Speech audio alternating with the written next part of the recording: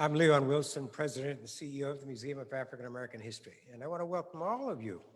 If you haven't been here before, there's much to see, and if you haven't been here before, you should come and spend some time with us. We'd love to take you on a tour. What I want to do this evening is thank Alpha Phi Alpha, Epsilon Gamma Lambda chapter as our partner in hosting an evening with the candidates. This is not a building that was built after those historic events took place here. This is where Frederick Douglass actually stood. This is where the 54th Regiment was recruited. So this is the real place. You're in a historic area, and when you hear a squeak on the floor, it's the same one that Frederick Douglass heard. So it's restored to that degree. Again, thank you for coming out this evening. And I'm sure that you're going to enjoy your time with us. I want to introduce Franz Pamphil, President of Epsilon Gamma Lambda chapter of Alpha Phi Alpha.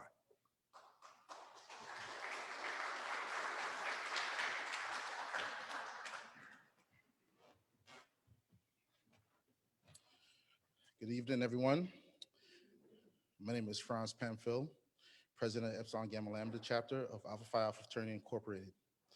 I am truly honored, as was just said, that many of historic figures stood here, and I'm standing here as well. I'd like to welcome you tonight. Our brothers of Alpha Phi Alpha wanted to put together this joyous occasion with this discussion. I'd like to thank the museum for partnering with us, and I'd like to thank everyone for coming tonight. Thank you so much.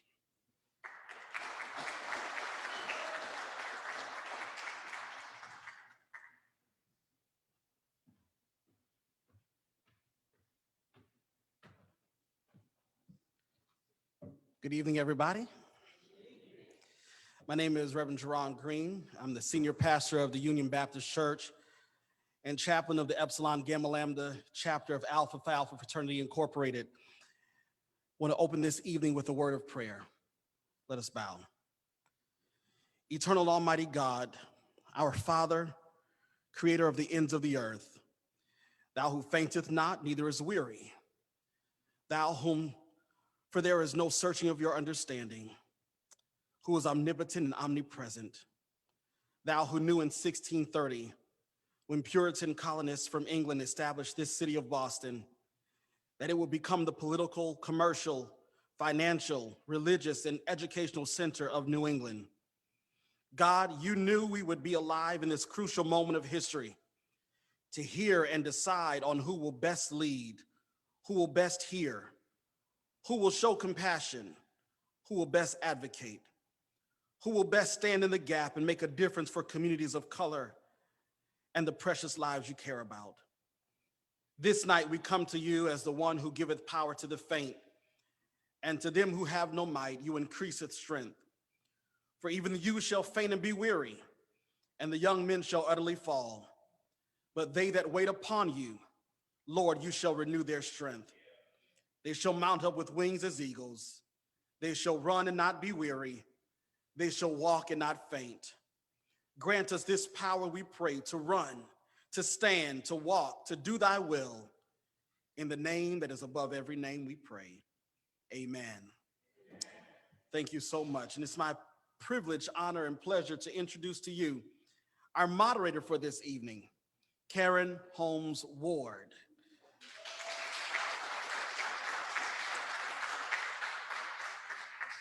Karen is the Director of Public Affairs and Community Services as well as the host and executive producer of Cityline, WCVB's award-winning weekly magazine program, which addresses the accomplishments, concerns, and issues facing people of color living in Boston and its suburbs.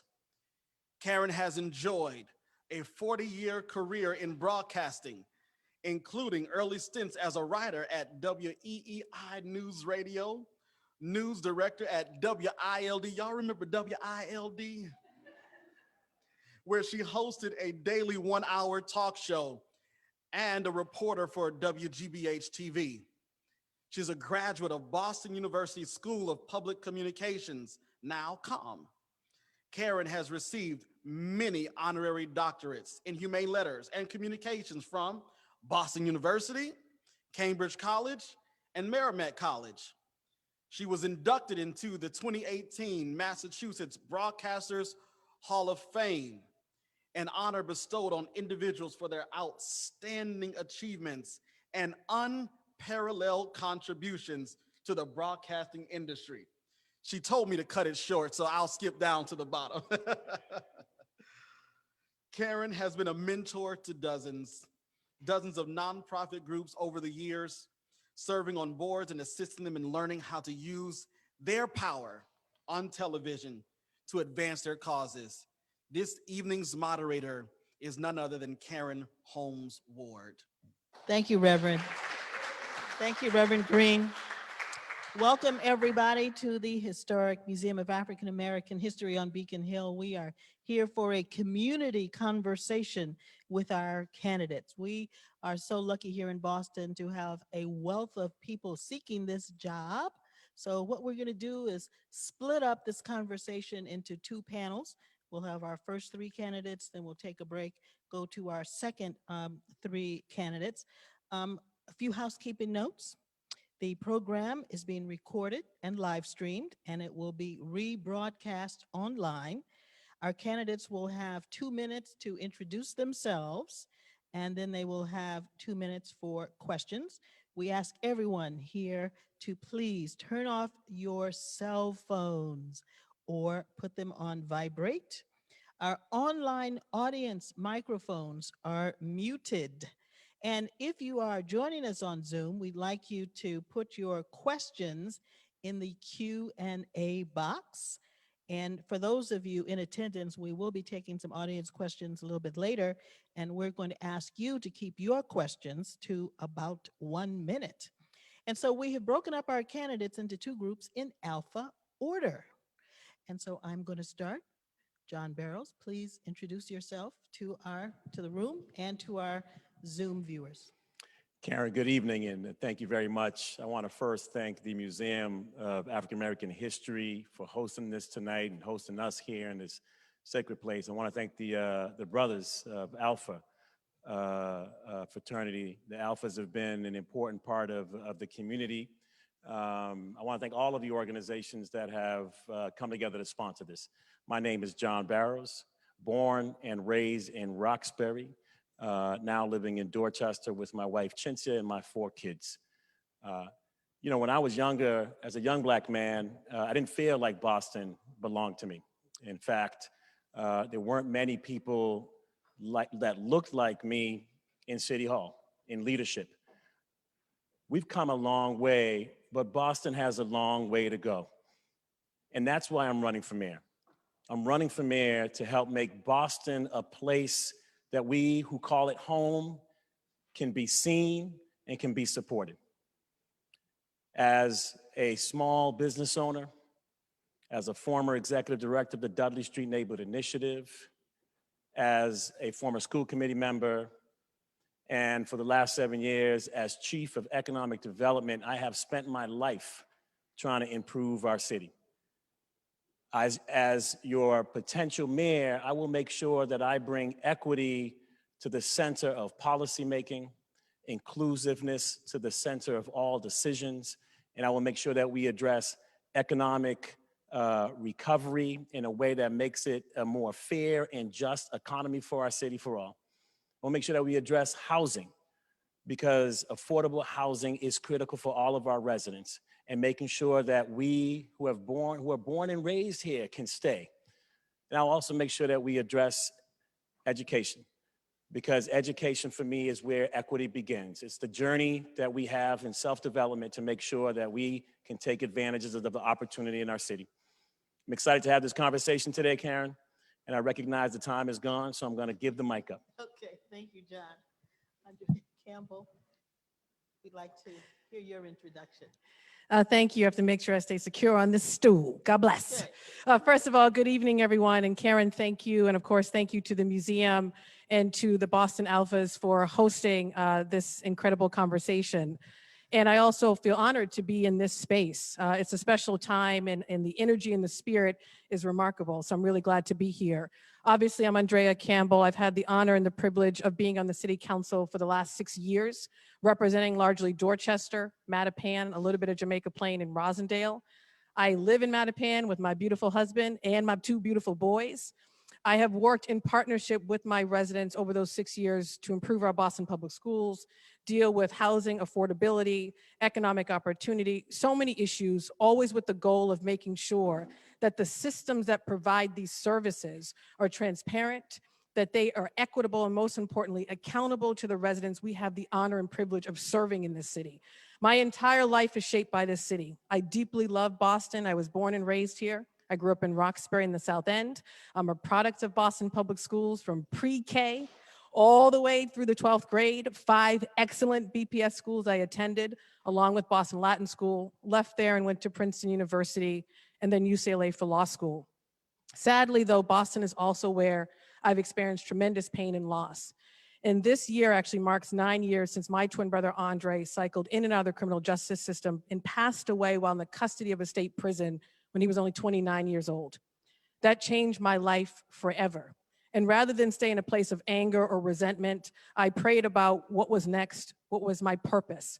And I challenged a 32-year incumbent, asking one simple question, which is how do 2 twins born and raised in the city of Boston have such different life outcomes? That is the same question that is informing this run for mayor, because what I recognize is that I have experienced the possibilities of this city, but I also recognize the inequities that persist in the city across every issue you can think about: housing, education, health, economics. So I jumped into this mayor's race to say, this is our moment in time to change that.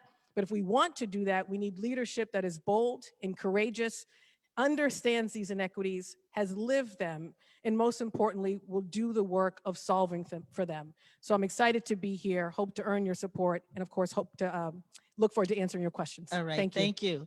Anissa. Well, thank you very much, Karen, and thank you everyone for being here, and those of you that are watching online. I'm grateful to have the opportunity to not just talk about the work, but to do it in community. And unfortunately, for those of you at home, there are so many of us here in the room, and the energy is wonderful, and to be in person is very special. My name is Anissa Asaibi George, and I'm excited to run and to eventually lead this city. As an at-large city council, I've served these last almost 6 years now in a capacity of an at-large city councilor. I am a Dorchester girl, born and raised, but grateful to have the opportunity to represent every neighborhood and every Bostonian across our great city. Before joining the city council, I was a high school teacher here in Boston and spent 13 years in the classroom, 13 wonderful years working with our young people. I had the opportunity to not just teach, but to coach and to work and learn from our kids much of that time along that way. I am also a small business owner, and I think about the impact of this last year and a half in particular on our businesses across our city, and the impact that has had on our communities, the impact that has had on our families, the impact that has had on the stability across this great city. So I look forward to leading with those experiences, certainly center. It's what I've done as a city councilor, focused on issues of education, focused on issues of economic opportunity and development and stabilization across our city. I'm also a parent of 4 boys. I've got a 16-year-old and a 15-year-old triplets. And you can imagine this last year has been very trying for all of us who have had kids doing school from home. But how important it is that we do this work with our children in mind. It's how I've led on the city council. It's how I will lead as your mayor, taking all of those experiences, education, teaching in the classroom, building a business, working in community, representing the entire city of Boston. I will continue to do that work with the same passion and the same vigor I brought to the City Council as your mayor. I look forward to this evening's conversation and discussion about the most important topics that we face as a city. Thank you, Anissa. So what we're going to do is ask each of you a question. You all won't get the same question. You'll have 2 minutes to respond, and we'll go down the line, and we'll have 2 rounds of questions and then take a short break. John, to you, please provide an overview of your plan to address the long history of racism and racial inequity in the city. The long history of racism and racial inequity in the city permeates all parts of life in the city of Boston. But I think there are some areas that we have to make immediate improvements and address racism now. And I'll pick 4 of them. In the economic development of the city, there's no question that a city where a white household has $247,000 in the median net worth and a black household has $8, that we can't stand for that. We have to be bold and intentional about moving that number. And I'll give 3 quick responses to that and move forward. We have to make sure that we address wealth creation through small business creation. Small business creation, I'm proud that the mayor signed an executive order that 25% of the discretionary spending for the city will now go to women-owned businesses and businesses of color. That's about $180 million a year. That's just the start. We need to make sure that we drive that up. But we also have to drive the ability for our small businesses, particularly brown and black-owned businesses, to find capital. It's their biggest complaint in the city of Boston is how hard it is for us to get loans, how hard it is for us to have people support our businesses. It's a big problem. The third thing that's important is to make sure that as the city grows and as we have big development, that we have very clear goals and mandates around participation on those big developments. We've got to make sure that our black-owned businesses and brown-owned businesses can participate. The second category would be education. It is important, in fact, that we address all the inequities in education around the opportunity gap, the race achievement gap, and it starts with making sure that our young folks have what they need. And so in and outside of the class, we have to give them the supports that they need. It means it's mental health, it's stable housing, it's making sure that those who have food insecurities are well fed before they get to school. It is critical that the city wraps around our children and our families so that our students can succeed. And I'll be real quickly on the last one because I see the time is out. We need to make sure that health inequities are addressed. COVID has made it clear, we knew before, but if you weren't sure, now you know, that we have underlying issues that we've got to take care of. It starts with food insecurity. It starts with some of the same social determinants that I just talked about in education. The city's got to make a dent in that in a very intentional way. All right, thank you, John. Andrea, what approach and steps will you take to address systemic racism within the power structure of City Hall? Thank you for the question, and I appreciate whoever asked it because it exists. I'll start there. And so this has been an issue I've tackled since I joined the City Council. I have recognized from my life here in the city of Boston that systemic inequities are real. So whether it is, of course, inequities in healthcare, inequities in our education system, inequities in our policing system, inequities in our criminal legal system, our housing system, you name it, access to parks, transportation, inequities across the board. I have always pushed for the city of Boston to use a racial equity lens in doing the work. And I don't just say that. As council president, I actually made sure I went out and secured resources to bring that institution, which I had control over, through a racial equity training. It was a 6-month training. It pushed folks, not just folks of color, of course, who are on the council, but everyone who touched the council, the staff, the interns, all colleagues, to have the tough conversations about the history of Boston, redlining, segregation, busing.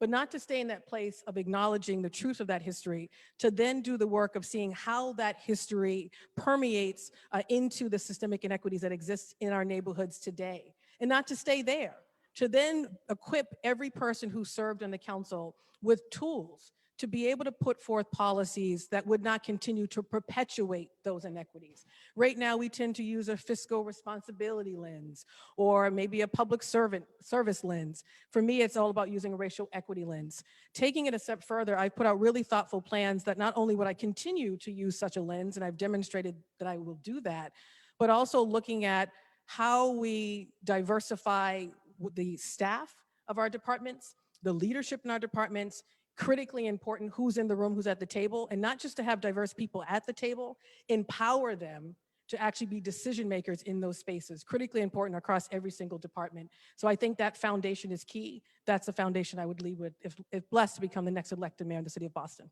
Okay, thank you. Anissa, what approach and what plans you have to increase affordable housing and to combat homelessness?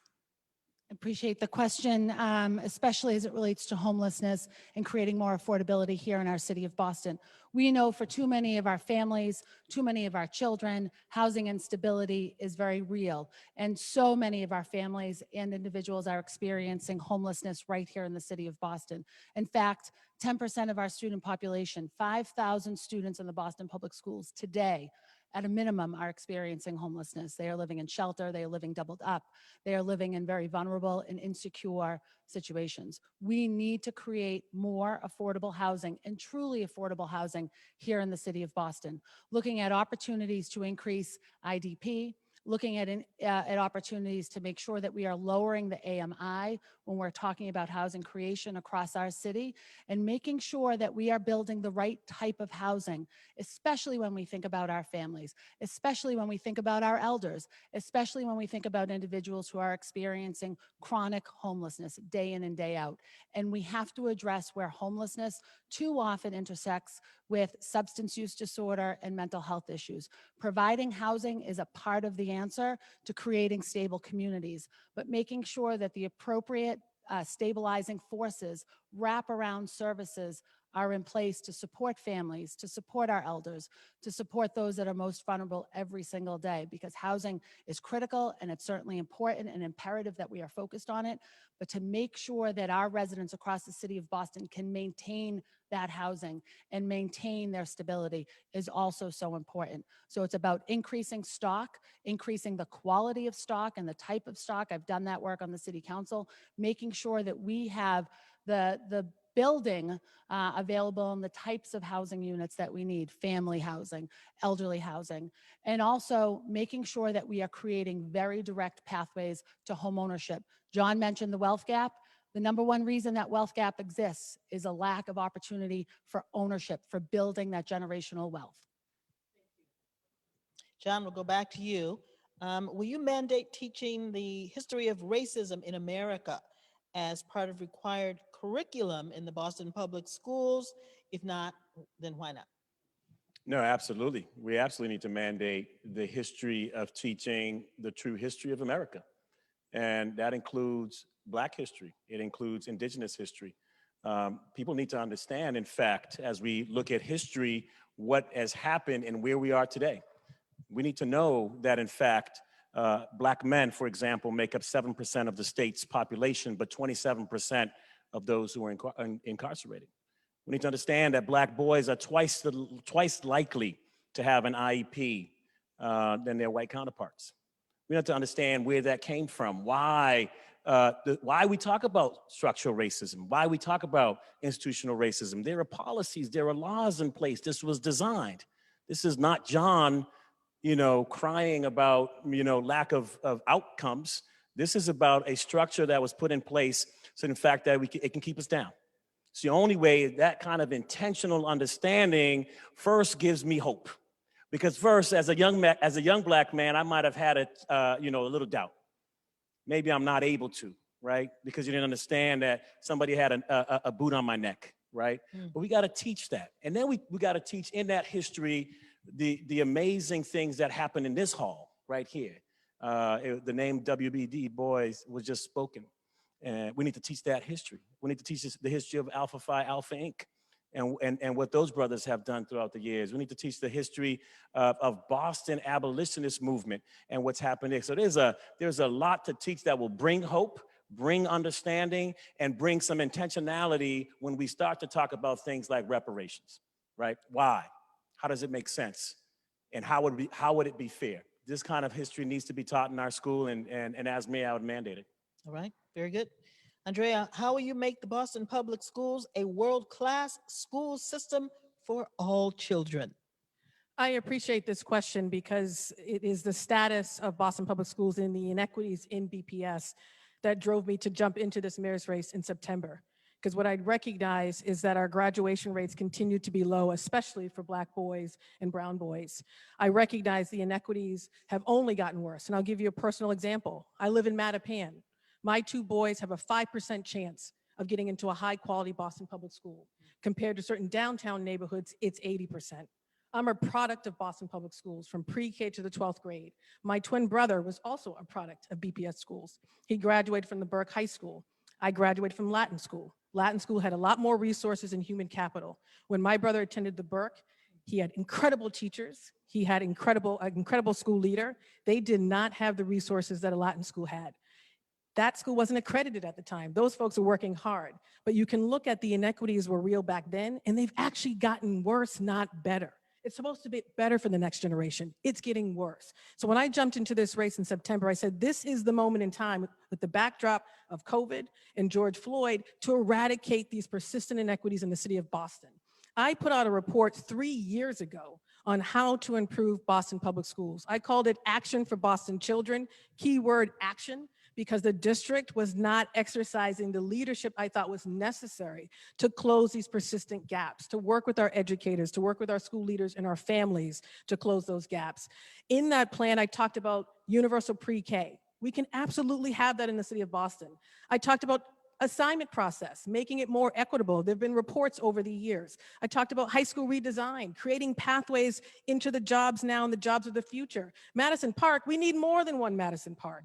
Tech jobs, all of that is online now. How do we make sure our young people get the skills they deserve, our educators get all they have in an equitable way? This is exactly what I would continue to do if I'm blessed to become the next elected mayor.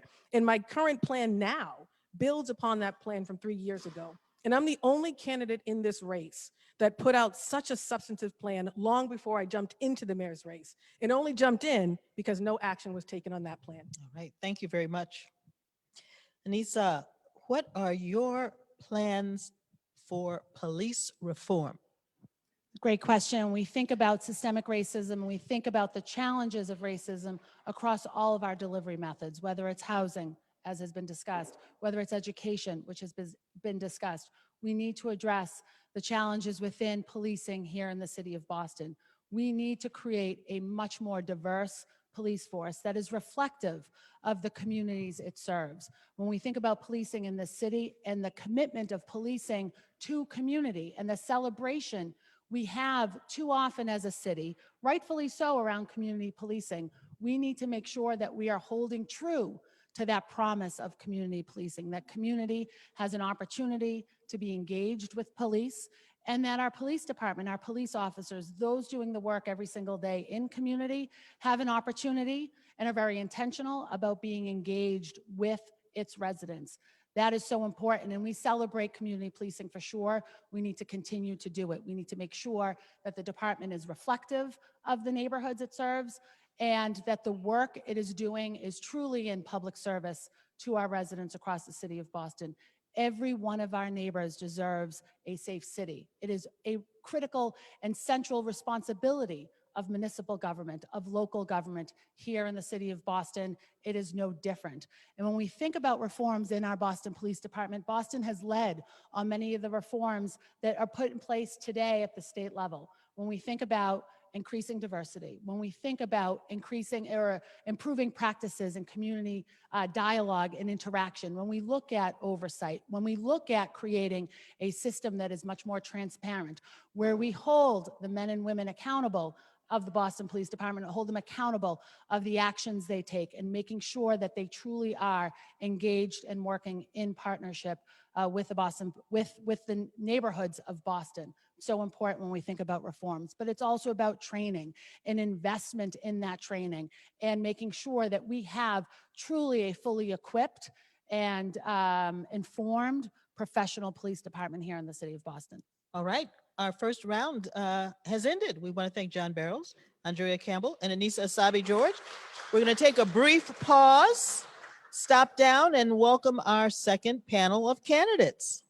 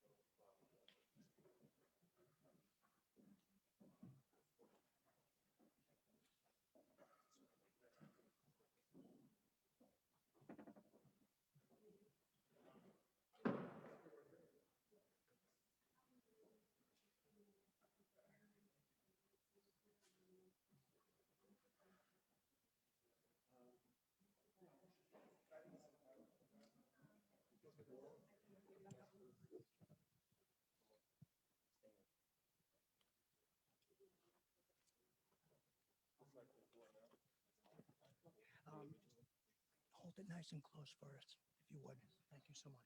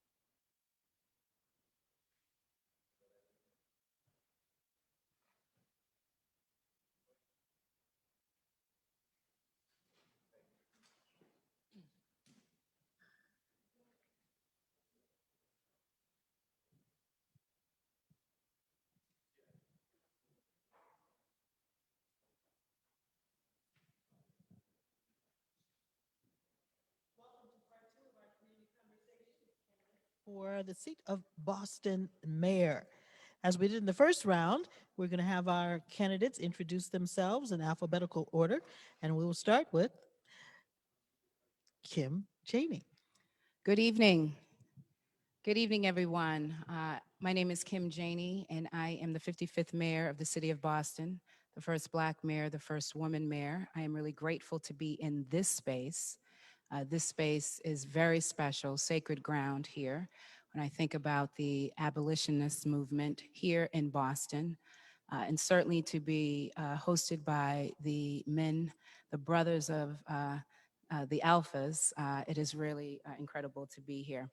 I grew up here in the city of Boston, born and raised in the neighborhoods of Roxbury and the South End, come from a very large family of educators, artists, entrepreneurs, and activists who taught me a lot growing up in the 1970s. I saw a lot growing up in the 1970s and 80s in our city.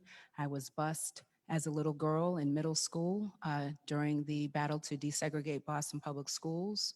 I had a family that always fought for me. It taught me the importance of public service, which led me to become a community organizer in my 20s.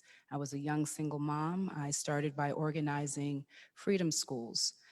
Getting through busing was not easy, but because I had a strong foundation, I grew up hearing the stories of how my family escaped slavery in the South and made their way to Canada through the Underground Railroad, helped build a firm foundation for me through all of the hardships that I saw in terms of racism in Boston and in our country. As a community organizer, I fought for early childhood education, education policy for K through 12, led me to run for Boston City Council, became the first woman to represent District 7, council president elected by my peers, serving and leading the most diverse council in Boston's history, and now as mayor of Boston, where I continue to lead with a lens of equity, justice, and love. Thank you. And Mr. John Santiago, you'll have 2 minutes to introduce yourself. Great. Well, thank you, Karen. Thank you to the Alphas, and thank you to the caretakers of this historic museum. Because we're living in historic times. I would argue that this is the most consequential race in our city's history. And we've been through a lot in Boston, whether that's the busing crisis of the 1970s, or whether that's what a pre-COVID Boston looked like, where neighborhoods were in crisis. And what we know is that this pandemic has exposed and has exacerbated everything that we detest. And so I jumped in this race for mayor to bring us together, to lead us through this crisis into recovery very much rooted in 2 things, equity and opportunity. Because this crisis right now is going to require someone who's committed their life to public service, and I've done that. I've spent my life in service. As a Peace Corps volunteer for a couple of years in the Dominican Republic, serving some of the most vulnerable communities in Latin America. As an ER doctor who still works the overnight shift at Boston Medical Center, as a captain in the Army who has served his country, and as a state representative representing the 9th Suffolk District in Boston, South End, and Roxbury. And I'm excited to be in this race to provide that leadership because I see it as one heck of an opportunity. We're going to have hundreds of millions of dollars coming into our city to reset, reimagine, and re-engage what this city is going to look like. And I'll tell you what I see. I see a Boston that's committed to providing a world-class education to everyone here, regardless of race or class. I see a Boston where all this development and housing we're seeing across the entire city is benefiting each and every community. I see a Boston that we're finally able to tackle the racial and economic injustices that we faced. And I know these issues because I work in the ER, I see them each and every day, I see them on my streets, and I know them personally. I was born in Puerto Rico. I came to this city as a young man, as a young child. We lived in Section 8 housing in Roxbury. We came here in search of opportunity. My father was able to graduate college. So for me, Boston's always been a place, if you dream big, if you work hard, good things can happen. But it's also been a place of tragedy where my uncle died of AIDS at 36. And that inspired me to get involved in public service and medicine and to devote my life serving those most in need. So I'm honored to be in this space with my fellow candidates, and I'm looking forward to the conversation. John. Michelle? Good evening. Thank you so much, Karen. Thank you to the museum and Boston Alphas for convening us in this incredible space. I was really happy to hear President Wilson mention the squeak of the floorboards to connect us to the footsteps on these very same boards that trace the arc of what Boston means in the history of this country, what's possible when we truly dig down and fight for values that we all share. I'm someone who has lived how much government matters. I'm the daughter of immigrants, and from the time I was 3, 4, 5 years old, was pushed out in front in my family as a translator and the interpreter for my parents who didn't speak English for a lot of my life growing up. And when in my early 20s, my mom became a single mom, she was diagnosed with late onset schizophrenia. So I raised my sisters from the time they were 10 and 16, and this city has given us everything. I know what's possible in Boston, but I carry with me every day what it feels like to be waiting up all night in the emergency room, praying, begging for that mental health bed to open up, or fighting for my sisters to have the resources in schools to address the trauma at home.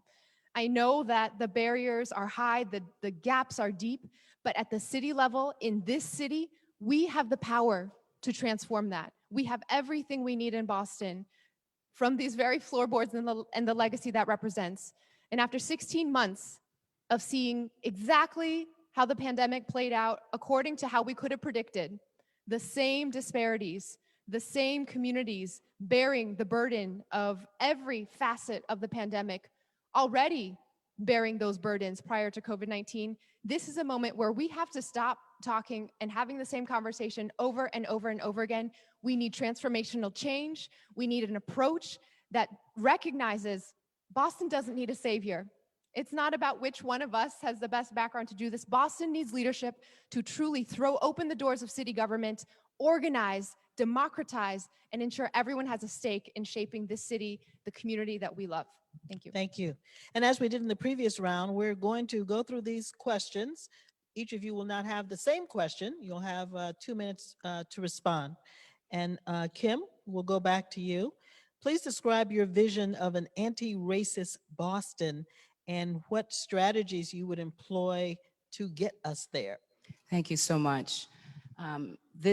This country, our Commonwealth, and certainly the city of Boston has a long history when it comes to racism. It is the founding of our country. And part of what we have to do is understand our history and recognize that. You know, it's easy for us to talk about this as something that happened so long ago. Even before my ancestors arrived here, there is a history here of taking land from indigenous folks and massacre that happened here. And so it is important that we create space to have honest conversations about our history and be willing to do the work to dismantle structural racism in our country. A lot of the inequities that we see exposed and exacerbated by COVID-19 were here long before COVID and were created by discriminatory policies. And so it is important that we tackle them much in the same way, that we create new policies that would advance a racial justice agenda, that we bring people along in that conversation, that people who are directly impacted by the decisions that are being made are at the table. And it is important that we create space to do just that, particularly those who have been historically marginalized and left out. We need to have a Boston in which we all have opportunity to thrive, not just survive. For too long, it has been about survival. It is about just making it, making a way out of no way. But we need the opportunity to truly thrive in our city. And that means all of us. That means whether you have deep roots like I do, or if you have just arrived, every single one of us deserves to live out the true ideals of our country and to be able to do that freely. And that is so important, particularly given this weekend as we celebrate Juneteenth. Right, thank you. John, what actions would you take and how will you address systemic racism that exists in city contract procedures and job hires? Well, first of all, I think we have to recognize what's at stake here. It really is the future of Boston. You know, we live in a majority minority city, and for too long we have failed Black and brown communities in this city. We have failed them when it comes to economic opportunity. We have failed them when it comes to health. We have failed them when it comes to civic engagement. And so first and foremost, when I look at this issue, it's through a racial equity lens, but it's about empowering and making sure that they have the resources they need to get the job done. And so I look at my job as the mayor of Boston as a facilitator. There is no lack of intelligence, there is no lack of drive, there's no lack of resources, there's no lack of will in Black and brown communities. I know it because I've lived it, I've organized those communities, I'm from those communities. We have to give them opportunity. What's missing in Boston today is a lack of opportunity, whether that's in the educational system, whether that's in the contracting business that we do in City Hall, where today, I mean, everyone knows what the paper says in the stats, it's horrendous, and we can do better than that. And so to me, it's about centering the voices, those Black and brown voices at the table. It's about listening to folks like the Black Economic Council. Folks have been working on this and advocating this. When they tell me that we need to invest more, that we need to provide technical assistance, I'm committed to bringing them to the table and to guide me. That's what I do as a state legislator, bringing those most impacted by pain and hurt to visit with me. That's what I do as a patient. You know, a famous American physician once said, listen to the patient, they will give you the diagnosis. There's a skill I take with me, not just in the ER, but on the campaign trail, and I'll take to me in City Hall. Thank you. Thank you. Michelle, how are you going to hold Boston Public School administrators accountable for closing the learning gaps in our city schools? Public education changed my life. I'm from a family of immigrants where every time my dad got a higher paying job, the family would uproot and they would get that next smallest house in the best possible school district they could afford. And so I was always a kid with holes in my shoes, sitting next to classmates with much more resources, but I got to be in those amazing programs and access the arts programs and science labs and everything else. I've now been involved in the Boston Public Schools for a decade as on the parent and legal guardian side, raising my sister through BPS and now with my two boys who are 6 and 3. And so I know there are a couple pieces we have to fit together. I put out a comprehensive plan that has 4 major parts. 1, start earlier. We have to close the gap for early education and universal pre-K. We have the resources to do it. There's a moment right now with federal and state action, but city leadership is necessary to ensure that it is equitable, because we've been losing seats across the city in the very communities, Black and brown communities, communities where there are more young children. So we can't just straight up disperse the funds to where the seats are. City leadership has to connect those gaps. Second, to make sure that we have a whole child approach. I would create a children's cabinet with the family court to wrap around our students. What happens in the classroom is intimately connected to what our families experience at home and in the community. They need access to every support that city government has, rental assistance, trauma supports, health and technology, to make sure that that child can just walk into school healthy, happy, ready to learn. 3, we need a facilities overhaul. It is unacceptable that some of our buildings are the most beautiful anywhere, and many have crumbling facilities, lights that don't work, bathrooms that kids can't use, much less lacking science labs and performing arts spaces. And last but not least, vocational education. We need to make education relevant for every child. I'm committed to doing this. I have a lot of skin in the game as a BPS mom, and I will make sure that we do this with urgency and specificity. Thank you. Okay, our next round, Kim, back to you. How specifically will you use the city budget to address systemic racism? Thank you for that. We are close to having our budget voted on by the Boston City Council, and there are a lot of strategic investments in this FY22 budget that address these issues. One, you asked earlier about procurement. We are beefing up the supplier diversity program there. We're making sure that we have the investments to support small businesses, large businesses, people who want to bid on city contracts. And we've offered up a fund that is also in this budget.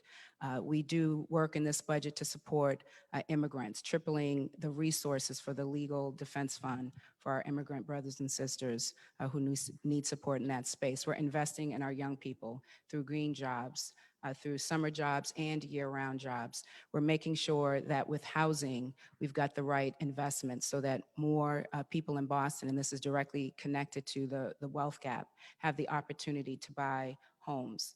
This budget also creates an office, a participatory budget. Those who have been left out for too long will have a voice in determining how we spend our resources.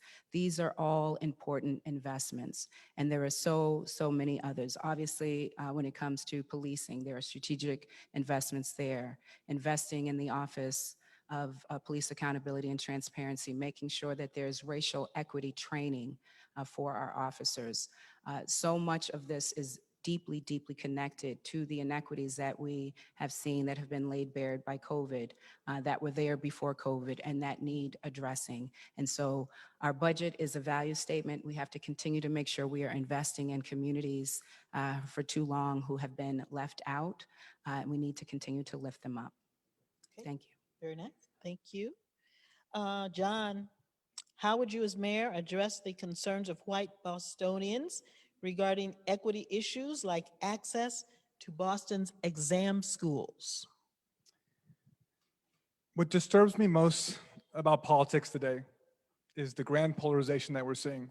It's playing out on the national scale. It plays out in our state, in our city. And as someone who never thought of himself as a politician before he ran for office the first time, it's what scares me the most about our country. And I feel like there's a lack of communication. There's a lack of speaking to one another. There's a lack of listening. And so what I would say to folks who share some concerns with respect to the exam schools is that I hear you. I'm concerned as well. There's no one that wants more diversity in those exam schools than I do. Listen, the BPS is 42% Latino. As a Latino man, as someone who spent time going to BPS, I want those schools as diverse as possible. But what concerns me is the current state of affairs where we're talking about a certain number of spots when we have a system that has failed our most vulnerable students. So I am all about fixing the system. You know, the tens of thousands of kids that are not getting the education that they deserve, primarily Black and brown. So I would say to my white brothers and sisters that share some concerns with respect to the exam schools, is that we're all in this together.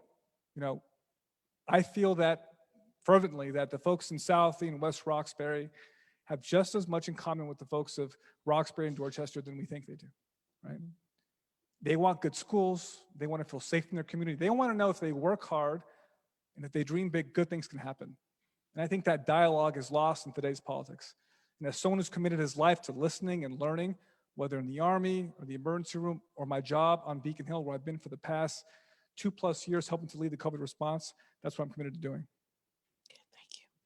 Michelle, what is the most important action as mayor that you will take to combat systemic racism? In Boston, we are known, not just throughout our neighborhoods, but nationally, for being a city that has a lot of work to do, that has not confronted the legacy of where we have been, our legacy of being in the national spotlight for racism, for structural racism that continues to permeate every bit of policymaking in Boston today. And so the number one item or action I will take is to continue treating racism as a public health crisis. It took until this pandemic for the city of Boston to officially declare that, well into the emergency of COVID-19. But each one of us in this room and watching knows that this crisis was beyond urgent long before this virus came along. And so I put forward a number of very detailed plans on how we can get to climate justice, on how we close gaps in transforming our education system, and how we ensure that we are closing the digital divide, and on and on and on. But the foundation is that we have to take the lessons of this pandemic, that when we truly decide to confront a crisis, we can do big things as a city and put aside what we're used to hearing, that it's too hard, too expensive, too complicated. It's always been done this way. To truly tackle systemic racism in Boston, we need to continue operating at this crisis pace and at this scale of boldness.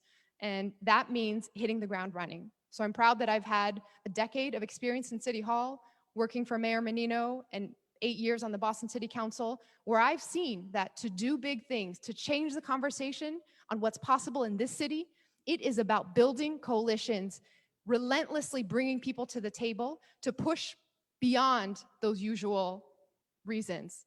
You can't because X, Y, Z.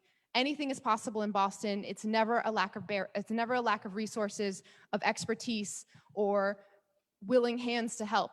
It is all about when we decide to confront those big issues, and we need to keep that momentum up in this moment.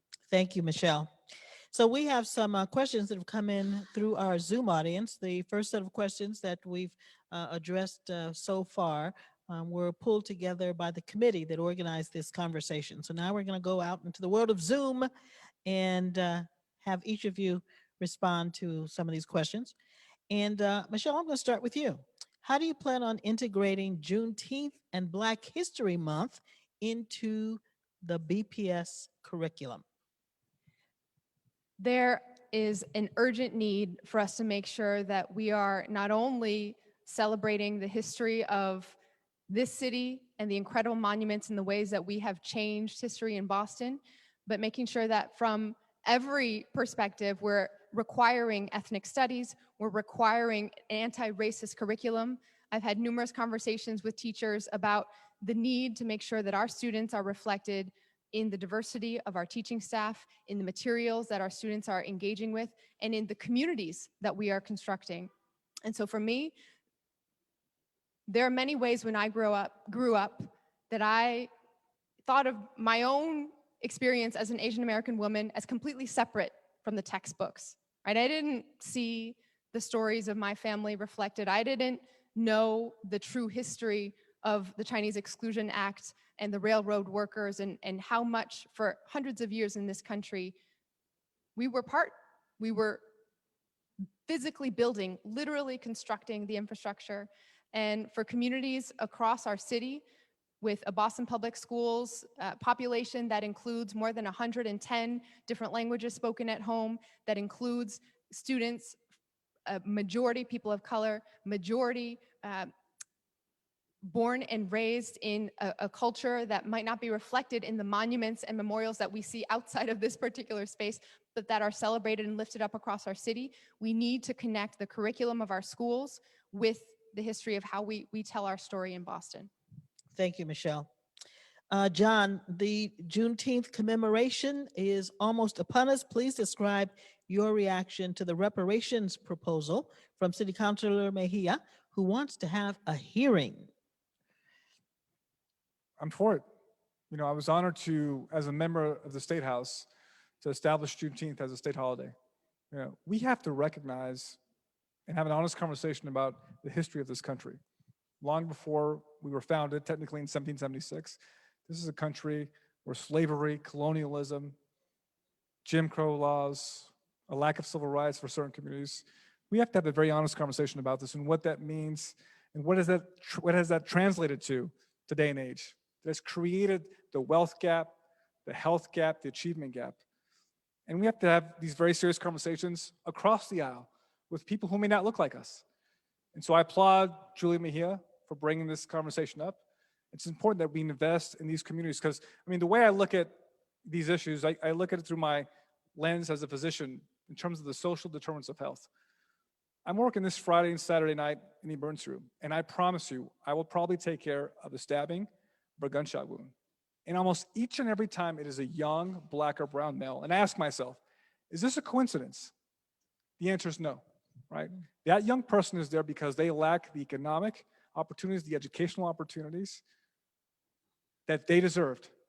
And so conversations about reparations and what we can do to improve the livelihoods of those communities that have borne the brunt of racism, systemic racism, structural racism, that's what I'm committed to as hopefully the future mayor of Boston. Okay, thank you. Kim, what workforce development programs would you prioritize to help close the racial wealth gap? Thank you so much. One of the things I am working on now is creating a cabinet level position of Chief of Labor and Workforce Development. We need to support our workers in this economic recovery if we are going to have an economic recovery that is equitable. And that is priority number one. I had just a roundtable discussion yesterday. I had this morning, I hosted business leaders. Getting people back into work has been a challenge for folks. With the restaurant owners, the wages need to be better to attract folks to come in. And the city of Boston now is working with our business owners, particularly in the restaurant industry. So first of all, the hospitality industry, third largest in the city of Boston, 70% people of color. So this is definitely an issue around wealth and the gap that we have there. So we are working on not only sign-on bonuses when people are first hired, but retention bonuses that we can help support our businesses. But if we're talking about a racial wealth gap, we've got to get beyond workers and we've got to talk about ownership. We've got to be supporting more opportunities for ownership in our city. We have to make sure that that is business ownership as well as home ownership. That is how people build generational wealth, through ownership. And for too long, people who look like the folks up here have been denied that opportunity. And so through city government, just Friday, I announced an initiative in my administration that triples the down payment assistance for first-time home buyers who are looking to buy their first home and live out the American dream. We're going from $10,000 assistance to up to $40,000 assistance to help families. And this also helps to stabilize our communities, build generational wealth, stabilize our communities, and live out the American dream. Thank you very much. We're going to ask you to sit tight. We're going to take a very short break and bring our first panel back to answer some of these Zoom questions. We'll be right back.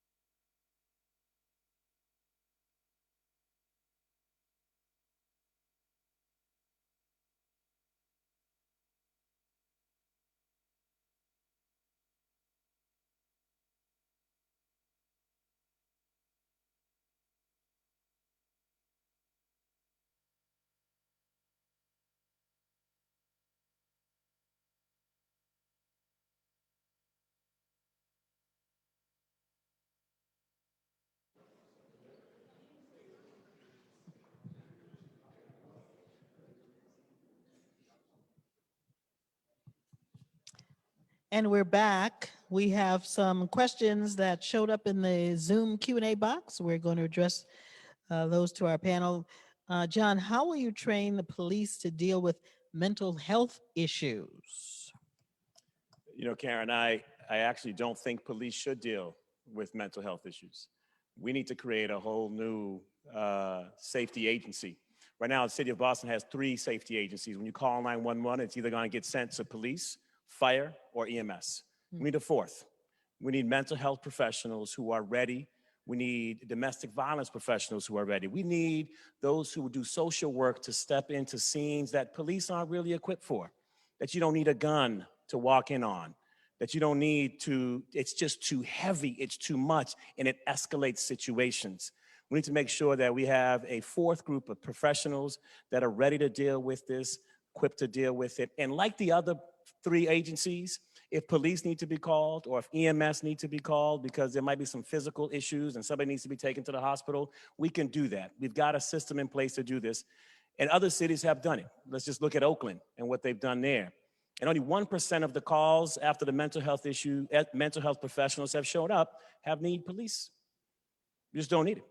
And then we can actually take some of the savings that we gain from reorganizing what police does and in fact, pay for mental health services, which we are sorely missing in the city of Boston. We have way too many children looking for mental health services, way too many adults and families looking for them, waiting in hospital rooms and can't find them. We need to address the root causes of some of the issues that we're seeing, some of the issues that have people spilling onto mass and cast in droves. If we don't address those issues today, it's just gonna continue to exacerbate. All right. This seems to be a recurring theme. Andrea, what is one achievable action that you would take as mayor to address dismantling racism in the city? One achievable, a few different things. One is I put forth a hearing order to establish a Truth and Reconciliation Commission. I think it's critically important. The best thing about the city of Boston is we have experts right here in this city who have been working internationally, including in South Africa and other countries, on this work. And most have remarked, including our former resiliency officer for the city of Boston, Atia Martin, that until we address and are honest about the history of racism in this country and in this city, it's going to be really difficult to be able to do the work of dismantling that and creating true equity. So for me, it starts with this commission that is ongoing. It would be permanent in my administration. It would have the tough conversations about the truth part, but not stay there. Then do the work of whether it's reparations, whether it's changing history books in the city of Boston to acknowledge the truth, whether it's changing monuments, acknowledging folks who have come before us, who have done the hard work. A whole range of opportunities would be on the table. So for me, it should be comprehensive. I think if you set up such a commission, you could have all of that. And then of course, it has to be coupled with policy changes. Earlier, we were talking about the racial wealth gap. The fact is, Black families are $8, some Latino, Latinx families, $0, white family, nearly $250,000. That actually has gotten worse, not better, since the Fed released that report. So that means that we're going to have to think about how we offer capital, not just to small businesses run by women and people of color, but how we also offer capital to others who are thinking about homeownership. And not just in terms of homeownership opportunities, but also businesses. I actually pushed as a counselor for a program that's in the Boston Housing Authority today that is moving people out of poverty into homeownership opportunities and business opportunities. I would expand upon that. That's one specific thing, but I would do more than that as the next elected mayor in the city of Boston. Okay, thank you. Anissa, what indicators in Boston to you would be signs of success in addressing systemic racism at the end of your first term? Thank you for the question, because I think when we look towards the signs, it's about making sure that each one of our residents across the city of Boston can grab hold of that American dream. As the daughter of immigrants, my parents, when they had my brother and my sisters and I, it's all about grabbing hold of that American dream. And that American dream is sort of this idea that we can all do something special. But in order to make sure that each one of our residents can do that something special, we need to make sure that they can access those opportunities. For me, measurements of that is an increase in home ownership across our city, but in particular, our communities that are dealing with the lowest percentage of home ownership, making sure that every school is a high quality school, that every seat that our kids occupy across the city of Boston is a high quality seat. That when we look at fourth grade MCAS scores, especially around literacy, we see increasing achievement across all of our kids, but in particular for our students that we find have the greatest degree of challenge in reaching those goals, shrinking the achievement gap, creating not just opportunity within the workforce, but opportunity to create wealth. And for me, I see that, and I've made a promise over the course of this campaign trail within the first 100 days in office, we will have a strategic plan around Madison Park. When we think about Madison Park Vocational Technical High School, we think often just about the construction trades. We think about their award-winning culinary arts program. But when we think about the future of the city of Boston and the economic opportunity that is here to help our residents touch that success, reach that success, it's about creating more opportunities for talent to grow, not import talent, but grow our own here. So it's construction trades, it's culinary arts, it's cosmetology, but it's lab sciences, life sciences, the financial industry, healthcare industry, advanced manufacturing. Those things should happen here in the city of Boston, and our kids should reach those opportunities, grab hold of them, and find their success. That's how we measure success when we do those things. All right. To our Zoom audience, we're going to take one last short break and have all of our candidates join us up front here. And then we're going to take questions from the community leaders that are here in the room. We'll be right back.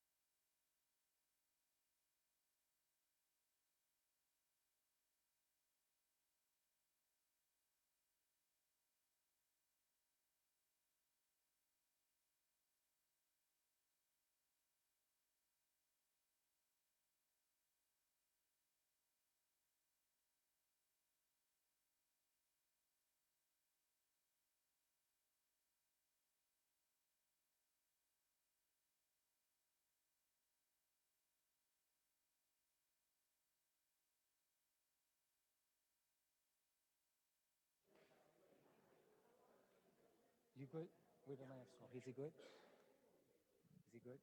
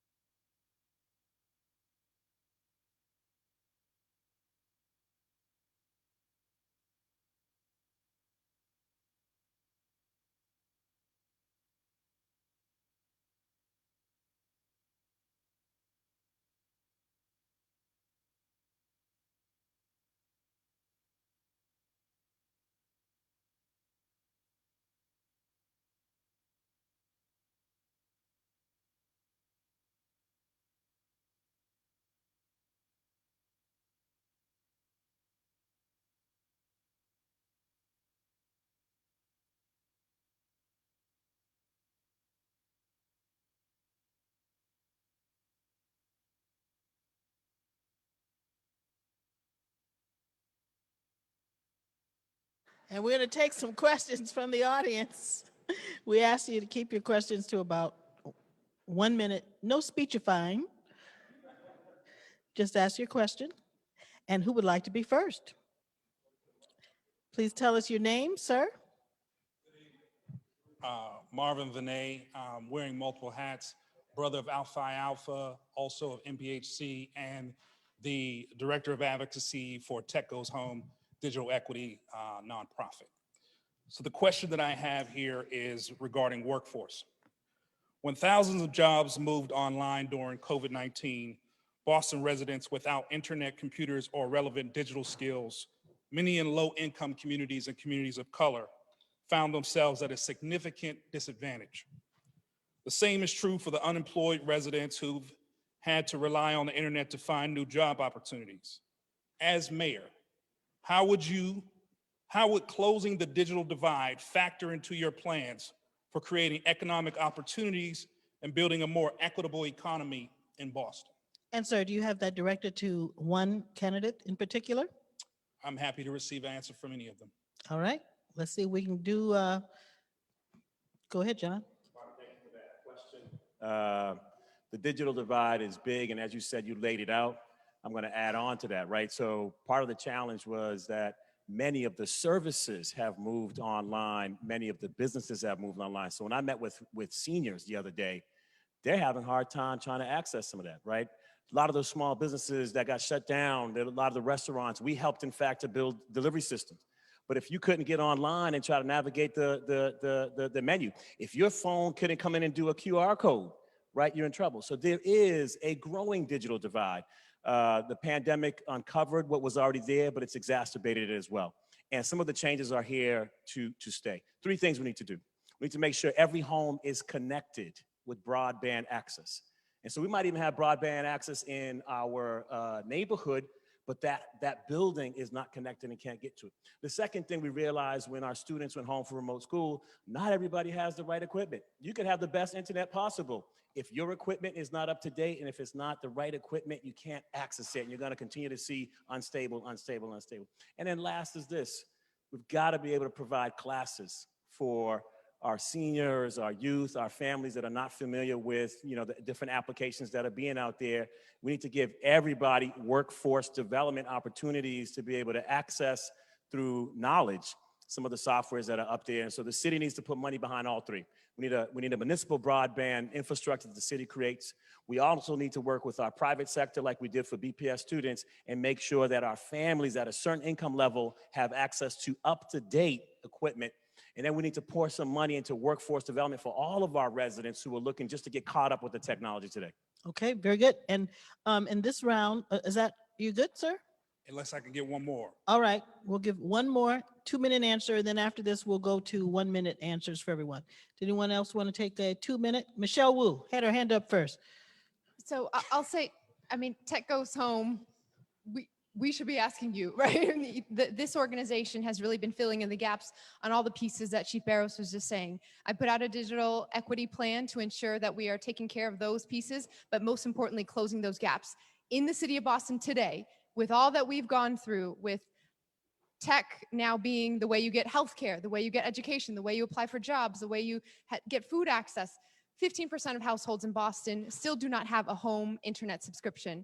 And there are 8% of households, the primary way, the only way they're accessing internet is through a smartphone, which may and likely has caps on data per month, right? And in some census tracts, Black and brown communities, that 8% is 30% accessing through the smartphone. So we need to take the lessons of this pandemic and ensure we are holding our 7 internet service providers accountable. That 15% cannot stand. That 8%, 30% cannot stand. Everyone has to have the devices. Everyone has to have the infrastructure. You all have been closing the gaps, and we should be leaning on you. What the city can uniquely do is make sure that connectivity is infrastructure, critical infrastructure, and it's not just we've connected the building, it's wired in, but that it's high-speed internet, right? Watching my child's kindergarten class online, the kids who made it even onto the Zoom to begin with, then half of the class you couldn't hear what they were saying. It was so slow, it was choppy. And so we have a long way to go, and this is a priority to connect with every other bit of infrastructure. Thank you. Do we have another audience question? Hi, good evening, and thank you so much for having this awesome conversation. And you are, young lady? Good evening. I am Cheryl Clyburn Crawford, and I too wear several hats. I am the Executive Director of Mass Vote. I am the first Vice President of the NAACP Boston branch, as well as the Steering Committee member for the Black Boston COVID-19 Coalition. The City of Boston has not undergone re-precincting or the redrawing of precinct lines in approximately 100 years. While state law mandates that municipalities redraw their precinct lines every 10 years, Boston is exempt from this. As a result, populations across Boston's precincts vary dramatically. For example, 4 times as many voters are packed into precincts in neighborhoods like Chinatown and the Seaport, than traditional city precincts. As mayor, will you pledge to lead re-precincting efforts in the city of Boston? And that's directed to everybody because it's just a yes or no. All right. Well, we'll start with Kim. Say yes, but I'll add, I want to thank Cheryl for her partnership, because we worked in partnership to pass an ordinance on the city council to mandate that the city of Boston do it every single year. So the short answer is yes, but in continued partnership in accordance with that ordinance. So thank you for your leadership. John Santiago? For your work and what you've done at the State House. I've been a leader on voting rights. The first bill that came out in terms of expanding voting rights during COVID was a bill that I put forward. We got it done. And as you know, we had one of the highest turnouts in decades. And I took that experience, my experiences on the front line, and seeing the disparities that we were seeing, not just in health and wealth, but in voting access as well, and took that to the State House. We got it done. So the answer is yes. Anissa Asabi George. This is certainly one of those yes/no type of questions, and I think that we're all yeses. When we see disenfranchisement of our voters across the city of Boston, it's because they can't find, or their voting precinct polling place is inaccessible, or the lines are too long, and because of life's pressures, they don't wait. They can't get back there. So it's so important that we make that easier to do, and certainly re-precincting will help with that. But we also need to make it easier to simply register to vote and to vote ahead of time, vote early, the mail-in process. All of those pieces help the larger question and the larger challenge that we face as a city. We have to make it easier for our residents across the city of Boston, and certainly beyond, engage in the voting process. Very good. Great. Thank you. Did somebody want to add to that? I just want to get my yes in there. Okay. And Okay. I'll say Yes, Cheryl. Yes, as well. Yes, all right. Our next question. Good evening. Good evening. William Watkins, the Director of Workforce Development for the Urban League. And I'm also a board member of Roxbury Main Streets. So my question is around Main Streets, because I think they're very vital in the city in getting to the needs of the communities as well as those small business owners. So my question is, would you be willing to set aside a percentage of the linkage program to support the main streets so that main streets will be in a position next time if there is a pandemic, they'll be able to provide grants, they'll be able to provide funding for that mom or pop business that needs a website. So would you be willing to carve out a piece of the linkage program to support main streets? All right, Anissa. If I could start, thank you so much. 25 years ago, I was actually the executive director of a Main Streets program. So I'm so excited to even know that there are conversations around how do we find additional funding, and through linkage, it's the first I've heard about it. I will be a partner in that work. I want to also add that it is about the main streets, for sure, so important across the city of Boston, but it's also about our back streets. So many of our business districts, so many of our small businesses are not within those boundaries. We need to make sure that we are doubling down on the efforts to connect with and to make sure that the businesses just outside or just behind have access to those resources as well. You have my commitment as mayor of the city to double down on the resources and the support and the work to strengthen, to grow, and to really build upon the success that Boston Main Streets has been for so many years. All right, Michelle, and then Andrea, and we'll go down the line. I'll just add that this is not only about keeping one of our primary jobs generators, our small businesses in the communities, but ensuring we're getting our fair share of resources that are available. I remember walking through the Little Saigon district, the Fields Corner Main Streets area during the pandemic, and speaking with businesses with someone who could speak Vietnamese, and learning that many of the business owners had no idea that there were resources available at the city level, much less the federal level. And so being able to do that direct face-to-face connection is just as important outside of crisis as it is in those moments when there are resources available. We should be sitting down as a city and helping with technical assistance through our entire procurement process to make a plan for businesses and to get businesses into that pipeline. So we are creating opportunity with every bit of that we can generate wealth in our communities. Andrea. The short answer is yes. And thank you for your leadership, William. I will say this has been an issue for me for a really long time. So in addition to yes, it's immediate expansion of main streets in certain communities. So I currently have, for example, Codman Square. There is no main streets. We've been fighting for one for years. Fields Corner is also in my district, but there's been a change in leadership. They lack the resources that some of the other main streets also have. We've been pushing for equity for years. Four Corners, the same thing, incredible leadership, a lot of turnover because they don't get the resources, the technical assistance that they need compared to, say, Greater Ashmont Main Streets, which is in my district, or Rosendale Main Streets. So the equity piece is real. So in addition to saying, yes, immediate sort of equity across the board. And that has to be led by the city level in Office of Economic Development. It can't be led in silos or by the Main Street directors themselves, which is currently what we're seeing. So that would be my strategy. Thank you. So I would just add, I certainly support what has already been said, and I had the pleasure of being with your president earlier today, and the reason I was tardy is I was in Grove Hall, the Grove Hall Main Streets director for an event. The Main Streets have been a lifeline, certainly during this pandemic, and the Main Streets also serve as a way to revitalize and make sure that there is vibrancy in our neighborhoods. I believe the neighborhoods of Boston are what make Boston so special, and it's the people every day, whether they're business owners, whether they're artists, whether they're the residents themselves, that make our neighborhoods so special. I've already invested and will continue to invest and partner in our Main Streets. Early on in my administration, I made sure that there was a program for transit, making sure that in 5 Main Street districts, we were providing free Charlie cards and access to blue bikes so that they could get through and make sure that they could get to work. We've got to continue with the technical assistance, making sure that there is money available to support our main streets, particularly now. We have to ensure that this economic recovery is equitable, and that means investing in our main streets and not just focusing on downtown. John Santiago. The short answer is yes, Mr. Watkins. Thank you for all your work. I think I'll, take a different spin as well. What you're fundamentally talking about are resources. Linkage is an opportunity, but there are a whole host of them. Whether that's reforming pilot, whether that's the vote that we just took in the State House a couple of days ago to put the Fair Share Amendment on the ballot to increase funding. We need progressive sources of revenue. I'm committed to doing that. In addition to the hundreds of millions of dollars coming into Boston from the federal government, the $5 billion plus coming in to the state, we have opportunity. This is our chance to change your program, to change the city, and to really address racial and economic injustice.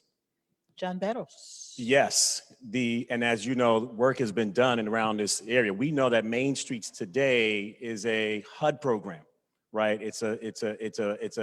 It is encumbered and it's limited because it's funded by HUD. We need to create flexible financing so that we can do the things that each Main Streets needs done. This is why I launched a Reimagine Main Streets effort, working with all Main Streets and listening to Main Streets about what they need. And this came across as clear as day. It's about creating a fixed new revenue, but a revenue that is flexible. And I will do that because we need to expand the Main Streets program. The other piece we need to do, and that I did very early on after I wrestled Main Streets from Sheila Dillon and put it under economic development, was to double the money that the city was giving Main Streets, and then to double the technical assistance. We need to do more than that. As you know, it's just not enough money. It's $150,000 per Main Streets. It barely covers for the executive director. So as mayor, I am committed to continuing to increase the money that we give to Main Streets. But to your piece, I want to speak to it directly, provide flexible funding so that we can get creative and innovative in our Main Streets. Thank you. Do we have one more question? Good evening. I'm Dr. Ashegun Henry, professor in mechanical engineering at MIT. I'm also leading a diversity, equity, and inclusion effort in my department. Bringing this up because it's going to contextualize my question. I'm happy to hear all the discussion about economic development in the Black community. Specifically interested in if any of you have considered the industries that will become some of the fastest and most wealthy industries in the future as a result of climate change. Have you thought of solar, wind, energy storage, and electric vehicles as an opportunity for economic growth in the Black community? I bring this up because climate change, as a scientist, is literally the most important problem in the history of mankind. And as far as I'm concerned, it's a great opportunity for us to possibly reset the bar, push reset in terms of economic development, and specifically for Black people. These will be some of the biggest and most powerful industries in the future. So I wanted to get you all's perspective on that. Let's start with Kim and go to the right, then we'll go to Andrea and go to the left. So yes, this is really important. Too often, too many of our folks think about the environment, think about climate resiliency, and they think that that is some problem over there somewhere else. We, as Black and brown folks, are disproportionately impacted by what is happening with our planet. That's number one. Number two, this is the future, and we need to make sure as we protect our planet and do more for climate justice, because it's very much connected to racial justice, it is also economic justice. We've got to build the pipelines. This is a clear path toward good paying jobs in the city of Boston, really throughout the country, but certainly on our coastal cities, on the East Coast and on the West. We have to make sure that there is a clear pipeline. In my budget, the FY22 budget, there is an investment already for green jobs of $1 million. We've got to do more. We've got to partner with folks who are in this space doing this work. We've got to hold developers accountable to make sure that they're doing their part, and they can also provide resources to our young people, whether that's at Madison Park Development Corp or some other place. We have to make sure that we are preparing our folks for the future in terms of these jobs so that they are able to participate and take advantage, not just the jobs, but also creating companies, which helps us create wealth. John Santiago. The answer is absolutely. I mean, this is an issue of economic justice, racial justice, and I'm proud that we've led that in the State House. But as a scientist, speaking to a person who studied science, as a physician who's married to a scientist, I couldn't agree with you more. I mean, I've been fighting my entire life to get more Black and brown students to study science, to get them into medical school. And as you know very well, that pathway shrinks as you go up the academic achievement ladder.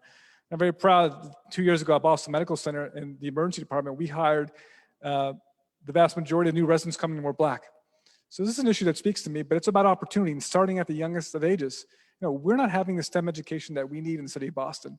You know, I'll tell you my own story. I was 19 years old when I had a STEM opportunity that changed my life. It was literally a 5-week summer program that exposed me to Black and brown doctors and said, listen, John, you could be a physician. And that changed my life. A 5-week summer program when I was 19 years old. You know, we have so much to do in the city of Boston, and I'm committed 110% STEM opportunities from age 0 all throughout their high school experience. John. Yeah, here's how we should do it. In fact, we need to make sure that we take advantage of the historic program that Biden just laid out on the infrastructure bill. So there are definitely billions and billions coming. It might be trillions and trillions coming around creating a job corps for the green economy. And we've got to take advantage of that to make sure that we are purposeful and intentional in this, and not just because look, growing up in Roxbury, I wasn't exposed to enough. Let's just be clear. So there are many little Johns running around who don't know that, you know, the solar industry is about to boom, that aquatics is taking a different place, that wind, and we've got to make sure that our youngest is exposed to that. And the work that we did in the Dearborn STEM Academy, you know, speaks to that. But the work that we can do in Madison Park is really about making sure that our young ones have the skills, but are also putting the businesses in play so that they can actually go get the VC money today, not tomorrow. Because it's out there and it's doubling down in a city like Boston. Because we have such a robust life science sector, the most robust in the globe, we can actually build on that. We can build on the labs that are being built in Boston, because they're not all wet labs. There are actually a lot of make space and R&D lab. We've got to connect the ecosystem in a way that doesn't leave us behind. And so we've got to make sure that we're putting money in workforce development, grants in startups, and making sure the educational and workforce development piece is there in our schools. Thank you. Andrea. I appreciate that you brought up this issue at this forum, because this is the industry that is going to transform communities of color in the city of Boston, in this country, and in the world. And you think about the environmental injustices. Roxbury, right, has the highest rates of asthma in the entire Commonwealth. Mattapan, I live in Mattapan. The city of Boston didn't even include my neighborhood on some of the climate maps. That exclusion is real. So if we say we're serious about the intersectionality of climate justice and environmental justice, this is one way of demonstrating that. We need to be investing millions. There are millions coming from the federal government, millions coming from the state. We need to also put more of our money into this for a few different things. One, Boston Public Schools, training our young people to have the skill sets for all of these jobs. The second is the companies that are coming online, the contracts that we could be giving to women and people of color. These green dividends need to be going into communities of color. And then the jobs. So many folks are unemployed. We need to be connecting with our community colleges, our unions, training programs to get those folks back to work. And frankly, folks who have quarries, who are often left out of the conversation, workforce development programs that have a stipend or something that incentivizes folks to enter these fields. This is one critical way to address these issues, but also to bring the city of Boston together. We're still segregated and divided in many ways. This is the issue that could really unify us. So thank you for your question. Michelle? Thank you for your work and for the question. The scale of what we need to get done to attack climate change is enough to close the racial wealth gap and then some. Right? We are talking about more than 90,000 buildings in the city of Boston that need to be retrofitted in the next decade or so. We're talking about how we build sea barriers and seawalls. And so I've already started to do this work. I put out the first Green New Deal focused on the city level anywhere in the country. A year and a half of work working with national activists and local activists to say, how do we connect green jobs with climate justice, economic justice, racial justice, and to lay out what we could do immediately. On the city council, we've already started to have the conversation about how we build that workforce through an urban conservation corps program, modeled after Philadelphia's very successful program, where young people folks returning from incarceration, those who are switching industries can plug directly into getting that training and skill set to be able to start their own businesses in the green economy. We need to set aside even more of city funds to be able to retrofit, first of all our municipal buildings, and then begin making it available for home ownership and those, our housing stock, which is very old. And then the last thing I want everyone in this room to remember, possibly the biggest economic opportunity that's coming for Boston, for this state to close the racial wealth gap, is around wind. Did you all know that there's different kinds of wind in the world? That you harvest, just like there's different kinds of soil and different crops grow differently in different areas. New England has the best wind in the world to be harvested for electricity. And so the wind turbines that are going to get constructed will be a multi-billion-dollar opportunity right here next to us. We need to ensure that the same Massport type of criteria that give preference for ownership that is diverse, for plans that include businesses owned by people of color, that those are attached to that wind turbine opportunity. Okay, sorry. This is the big one. This is a big, big, big one. I'll cut it there. Anissa. So I want to say what she said in my minute. But, you know, I think for too long, too many of our kids and our residents across the city, especially people of color here in the city of Boston, have not seen themselves reflected in the work. And in fact, they haven't seen themselves reflected in the conversation. We have let suburbanites, wealthy suburbanites, white wealthy suburbanites control this conversation. We have to grab hold of it. And it starts today, of course, and certainly as part of this conversation right now, but it has to start with our young ones too. When we think about the work that we have to do across our school system, if kids are taking maybe one earth science class in elementary school, and then some of the high school graduation requirements, an opportunity for an AP environment class, which is only offered in a few places, kids will never see the possibility of these opportunities. And our greatest challenge here in the city of Boston is not the opportunity, it's making sure that our kids, our residents, the city's people have access to those opportunities. And if we aren't preparing them, if we aren't training them, and then if we aren't allowing them to control the conversation and grab hold of the opportunity and make the money, they'll never see themselves in that place. It's so important that we grab hold of that conversation, take control of it, and let the city's people, especially people of color, lead in this space. Ladies and gentlemen, I want to thank our fabulous field of candidates for being here with us this evening. I mean, this is historic. Just look at who we have vying for the top seat in City Hall. It's just phenomenal and so wonderful to share this history in this space tonight. So I want to thank all of you for being here and sharing your thoughts on how you would lead the city. I'm going to ask you just to sit in the front pew for a moment, and I'm going to ask Leon Wilson to come and say goodbye and sign us off for the evening.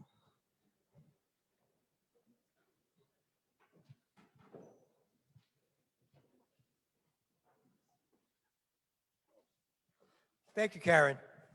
And I also want to thank all of you for joining us this evening for a conversation with the candidates. I also want to thank candidates and this very strong conversation that gives us some direction where the city of Boston is going to head under your leadership. I also want to particularly thank the brothers of Alpha Phi Alpha who've joined us.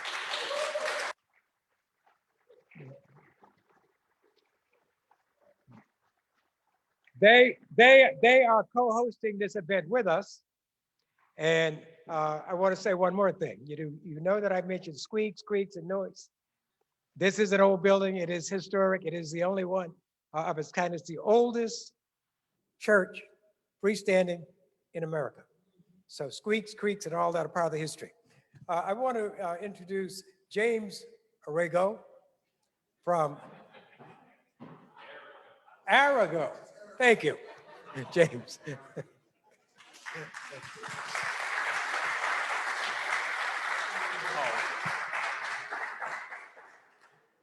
Thank you. James Arago. Trust me, this happens very often, and my mother's watching, so Mom, I corrected them. All right, so again, my name is James Arago, proud member of Alpha Phi Alpha Fraternity Incorporated. and on behalf of the distinguished brothers of Epsilon Gamma Lambda chapter of Alpha Phi Alpha Fraternity Incorporated, we thank you for your time and participation during this historic conversation.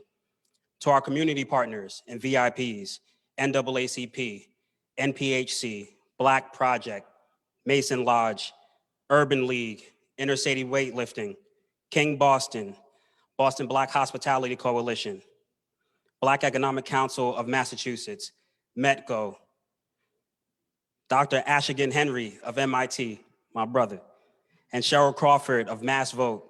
We thank you and appreciate you for your appreciation and partnership and presence and thought leadership.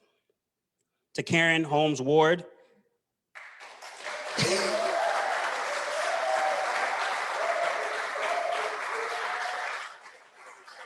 couldn't have asked for a better moderator. When you were doing that was beautiful. Reminded me of my mother. To the museum staff, most importantly, Malika Shepard and Jackie Haley.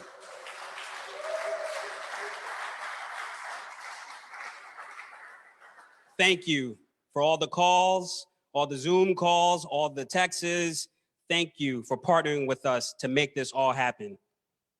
And lastly, to our viewers, thank you for being with us tonight. Through this forum, we hope everyone has a better understanding of each candidate's plans and intentions to address the pressing matters that has oppressed the Boston Black community for far too long. However, to enact change, though the mayoral seat contains critical influence, the responsibility does not just fall on these candidates and the future mayor of our city. It requires all of us to actively take part in the rebuilding of our community. We hope that through tonight's conversations, you have been activated or reactivated to engage in your local area and greater Boston as we aim to refresh, revive, and reestablish Black Boston together. I leave you with a quote from Frederick Douglass, who says, "It is not light we need, but fire. It is not the gentle shower, but thunder.